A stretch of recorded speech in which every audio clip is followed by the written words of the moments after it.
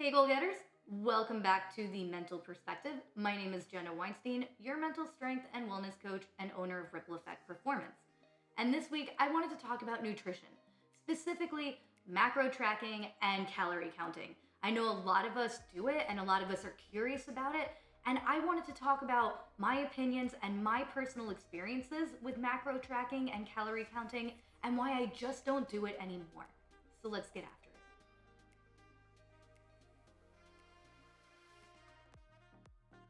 Okay, so let me take you all back about 9 years ago where I got into figure competitions, which is a segment of bodybuilding. And that's a sport where nutrition is key. The goal is to be very lean and show really well defined musculature and symmetry. So, nutrition is a big component when it comes to competing at a competitive level in figure and bodybuilding. And I was all in. So, I was in my second year of graduate school and I wanted to push myself and challenge myself in a different way. And I thought figure competitions was the way to go. And I loved maybe the first 3 months of training where I was just really focusing on the physical aspect, cleaning up my diet a little bit, but I wasn't really paying attention to how much I was eating because by cleaning up my diet, it helped me get into a better body fat content automatically. Then let's fast forward about 3 weeks away from my first show. Uh, Again, one thing that I couldn't do as a graduate student, I couldn't afford like high level coaches or any coaches really, so I was taking myself through this on my own. But I was able to attend a couple of posing clinics to teach me how to pose, which I still wasn't very good at, but it helped me get a little bit better to at least compete on stage.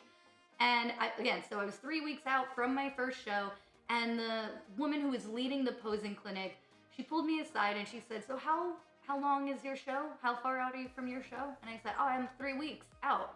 And she said, "Oh, you're too big. You're just too big for stage right now." And that was the first time in my entire life that anybody's ever told me that I was big or too heavy. So I'm 5 feet tall, and at the time in grad school, I think I weighed about 117 pounds. And at that point in my training, I was already down to 109 pounds. And I thought, wow, I look great. Like my muscles are really defined. I feel amazing. And here's a woman who is very experienced in this field telling me I don't look good. And that really shook me.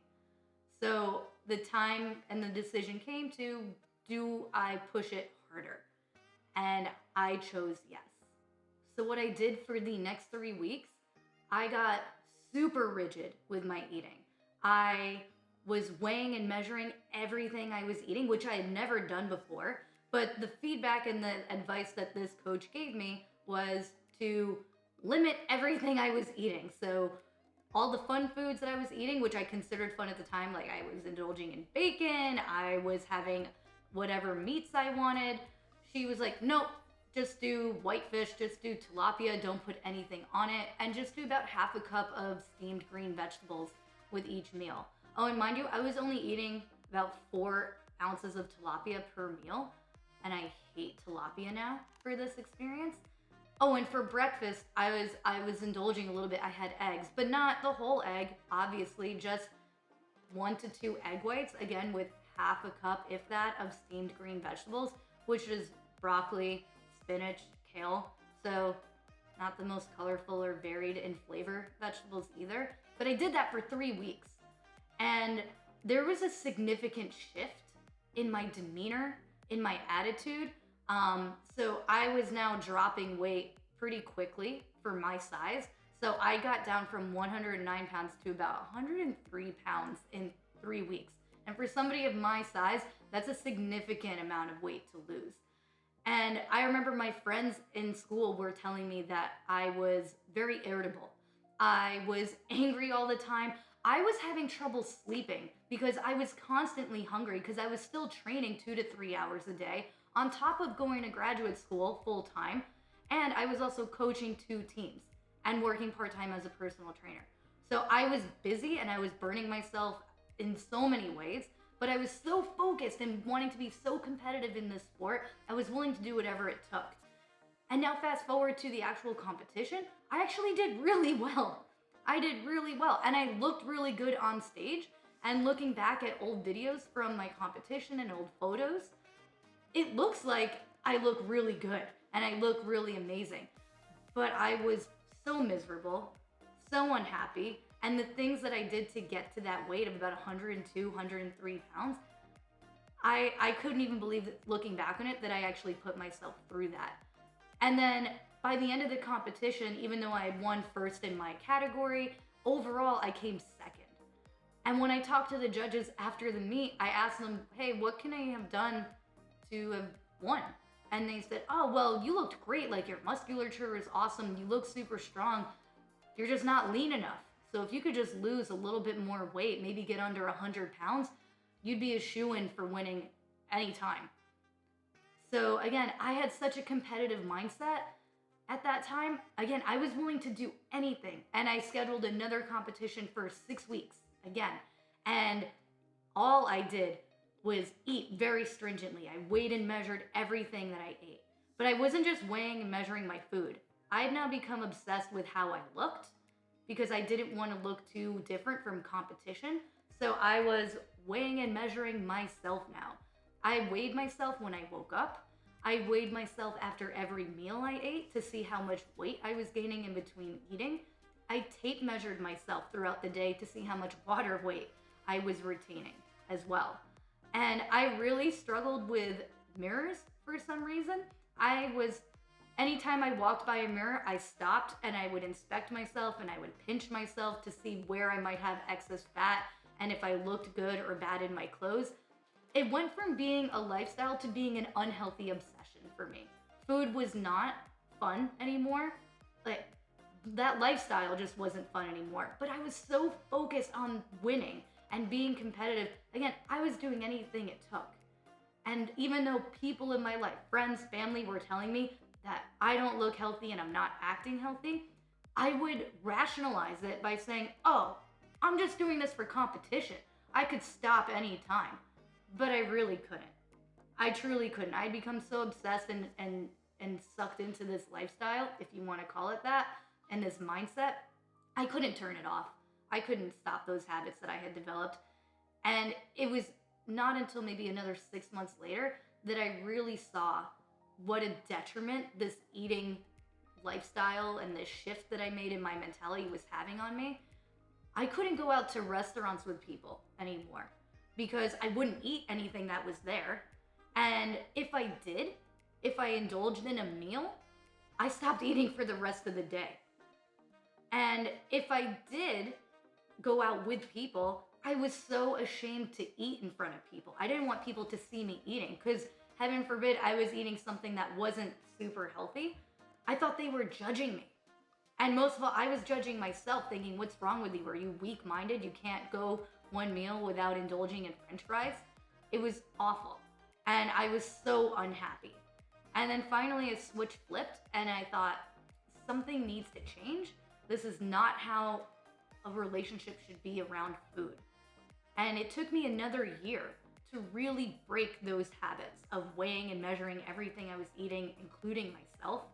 I became so much more comfortable going out with people. Food now was no longer just a basic need for survival. It was a fun part of my life again. And it's now a fun part of my life. And I hope I'm not alone when I'm talking through this experience, because I think it's really easy for us to start off making choices with our eating with the intentions of being healthier, but it can be a really slippery slope and we could start overdoing it to the point where it's not healthy anymore for us or other people in our lives. So I would really love to know in the comments below if any of you can relate to the experience that I'm talking about right now. So I made a lot of changes, and like I said, I don't track my macros right now. I don't count my calories, but that doesn't mean I don't pay attention to what I'm eating. Like, you all, if you've been following my channel, you know that I train and compete in powerlifting, so nutrition is still very important to me. And living a healthy lifestyle is very important to me. So yeah, I maintain a healthy eating lifestyle. I eat a lot of natural fruits and vegetables. I had a fruit protein smoothie this morning with strawberries and bananas, which I would never have eaten 9 or 10 years ago. I remember the first time after a competition, I ate a banana. It had been about 5 or 6 months since I allowed myself any fruit, and I literally cried because I'd forgotten how good bananas tasted. And looking back on that now, I'm like, I don't want to forget how good food tastes. So I allow myself, and I don't feel bad for eating foods that I want to eat. So that doesn't mean I go out and binge and have like a treat yourself day with food all day, every day. But if I'm feeling like having pizza, I'm not going to feel bad about having pizza. I'm not going to feel bad about it, especially if it's something I really want to do. But I've also learned what foods do and don't work for me, and what eating habits do and don't work for me. And I know to stop eating when I'm full. That was a big thing for me because I was so hungry for so long. Now I like to feel satisfied. I like to feel satiated. So I eat until I'm full. And I also make sure that my meals are balanced. So I eat fruits and vegetables, but with every meal, I always have some type of protein. I always have some type of veggie or fruit. And I also have some type of carbohydrate, whether it's rice, sweet potatoes. I tend to rotate between those 3 things mostly. The occasional couscous. I like couscous. So I do vary up my meals a lot. And it's not just me eating. I mean, my husband and I, we like to eat similar foods. So we try to work a schedule out, and we try to make and prepare foods that we both like and enjoy. And if I ever feel like I'm getting bored with eating, because if I'm eating the same thing for like more than 3 days in a row, I won't do that anymore. Because I hated eating the same thing every day, all day, for an entire week or a month. So now I try to have variety in the meals that I eat so that I enjoy the foods that I'm eating. That's been the biggest thing for me. I gotta enjoy the foods that I'm eating. And this video isn't me bashing anybody who suggests macro tracking or calorie counting. I think those methods for nutrition and wellness are really good, and they've been proven to be very successful methods to help people live a healthier and happier life. So this isn't me saying you shouldn't calorie count or track your macros, but ask yourself why you want to do it and how you're going to do it. Now, the reason why I was tracking my calories and macros was I wanted to win, and I was willing to do anything it took to win, but I also did it the wrong way. I did it myself, and I didn't know enough at the time about balancing nutrition and how to coordinate. I didn't know enough about how to successfully balance a meal and keep in mind calorie intake and output. I didn't know enough about that at the time. I didn't have a coach telling me what to eat and what not to eat and when to eat and how to eat. So that's where nutrition coaches and dietitians are so important. So if that's something you're interested in, tracking your macros more successfully, just learning about what that lifestyle is like, consult a coach, consult an expert, because you should not do something like that on your own if you don't know enough about it. That's a big part that can help us enhance our performance, is just knowing when we're out of our depth. And I wasn't willing to admit when I didn't know something. That was something that I really struggled with as an athlete. And I still do from time to time, have a hard time asking for help and admitting when I don't know everything. But I've gotten better.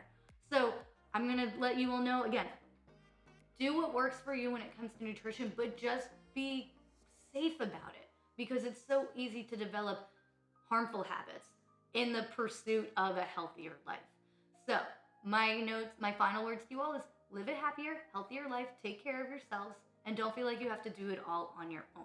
So let me know in the comments below on what your thoughts are on calorie counting and macro tracking, and what your experience have been in the past, and what works for you, what doesn't work for you. And don't forget to give this video some love, hit that like button down below, and subscribe to this channel if you haven't yet, because I'm going to be coming out with all new content for you all every week, and I want you to be notified when it's coming out. And remember, don't forget to follow me on social media and join my Facebook community if you haven't done that. I'll leave a link in the description down below for how you can join my Facebook community and learn more about how you can strengthen your mindset on a daily basis. And remember, folks, I'm here to bring you strategies and techniques that will help strengthen your mindset, which will lead to you achieving more goals and being more successful in life. Because that's what the ripple effect is, folks. So let's start your ripple effect today.